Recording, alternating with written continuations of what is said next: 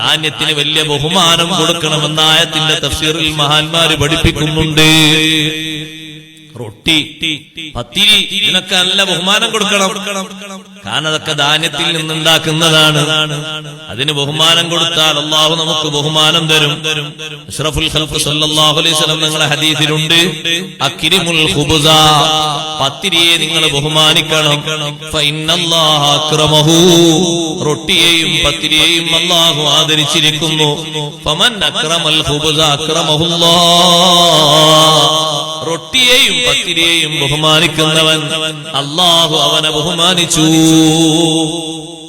രണ്ടിനും ഖുബ്സ് തന്നെ പറയാം. പക്ഷെ ഖുബ്സ് കൊണ്ട് പ്രധാനമായി ഉദ്ദേശിക്കുന്നത് പത്തിരിയേക്കാൾ കൂടുതൽ റൊട്ടിയാണ്. പഴയകാലത്ത് പത്തിരി കുറവാണ്, റൊട്ടിയാണ് കൂടുതലുള്ളത്. ആ റൊട്ടിയും പത്തിരിയൊക്കെ ധാന്യത്തിന്റെ ഭക്ഷണമാണ്. ധാന്യത്തിനെ ബഹുമാനിക്കുന്നവരെ അള്ളാഹു തആല ബഹുമാനിച്ചിട്ടുണ്ട്. ധാന്യത്തെ നമ്മൾ എപ്പോഴെങ്കിലും നിസ്സാരവൽക്കരിച്ചാൽ അല്ലാഹു തആല പട്ടിണി നിന്ന് പരീക്ഷിക്കുമെന്നാണ് സയ്യിദുനാ റസൂലുള്ളാഹി സ്വല്ലല്ലാഹു അലൈഹി വസല്ലം. പഴയ കാലത്തൊക്കെ ധാന്യത്തിന് വലിയ ബഹുമാനം അല്ലേ? ഇപ്പോൾ എവിടെ ബഹുമാനം? എന്റെ ശബ്ദം ശ്രവിക്കുന്ന ഉമ്മമാരോട് ഞാൻ പറയട്ടെ, ലാസ്റ്റ് ഘട്ടത്തിൽ കഴുകാൻ കൊണ്ടുവരുന്ന പാത്രത്തിൽ ഒരു ധാന്യം പോലും ഇല്ലാത്ത രൂപത്തിൽ ഭക്ഷണം കഴിക്കാൻ നമ്മുടെ മക്കളെ പഠിപ്പിക്കണം. അങ്ങനെ പഠിപ്പിക്കണം. ഉസ്താദുമാര് ഭക്ഷണം കഴിക്കുന്നുണ്ടല്ലോ നിങ്ങൾ, നല്ല ക്ലീനാക്കി പഠിച്ചു. അപ്പൊ ചിലര് ചോദിക്കും, എന്താ തേഞ്ഞിട്ടില്ലേ?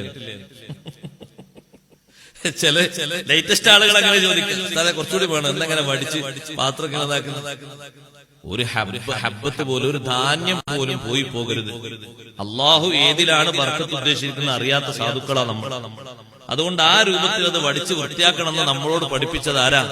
അഷ്റഫുൽ ഖൽഖ് റസൂലുള്ളാഹി സ്വല്ലല്ലാഹു അലൈഹി വസല്ലം. നമ്മൾ ആ ബർക്കത്ത് ഉദ്ദേശിച്ചത് എങ്ങനെ വടിച്ച് വൃത്തിയാക്കണം? ഈ അവസാനത്തെ ഒന്നിലാണോ അള്ളാഹ് ബർക്കത്ത് കണക്കാക്കിയത്? അതിലായിരിക്കും എന്റെ ആരോഗ്യം, അതിലായിരിക്കും ദീർഘായുസ്, അതിലായിരിക്കും എനിക്ക് സാമ്പത്തികമായി അള്ളാഹു തആല പുരോഗതി തരുന്നത്.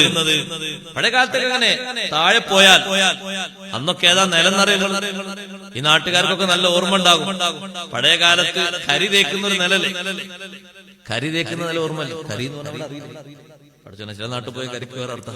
കരി തേക്കുന്ന ഒരു നിലല്ലേ, ആ നിലത്ത് എന്തെങ്കിലും റൊട്ടി കഷ്ണം മറ്റോ വീണ് പോയാ ഉപ്പ പറയും, ഉമ്മ പറയും, മോനെ അതൊന്ന് എടുത്ത് ഒന്ന് തട്ടിയിട്ട് ഒന്ന് തേച്ച് കഴുകിയിട്ട് കഴിച്ചേക്കുന്നു. ഇന്ന് നല്ല മാർബിളും ഗ്രാനൈറ്റും ടൈലൊക്കെ ഉള്ള നല്ല ശുദ്ധമായി ഒന്നും അടിച്ചു വൃത്തിയാക്കുന്ന നിലത്ത് എന്തെങ്കിലും ഭക്ഷ്യവസ്തു വീണുപോയാൽ അപ്പൊ എടുക്കണ്ട.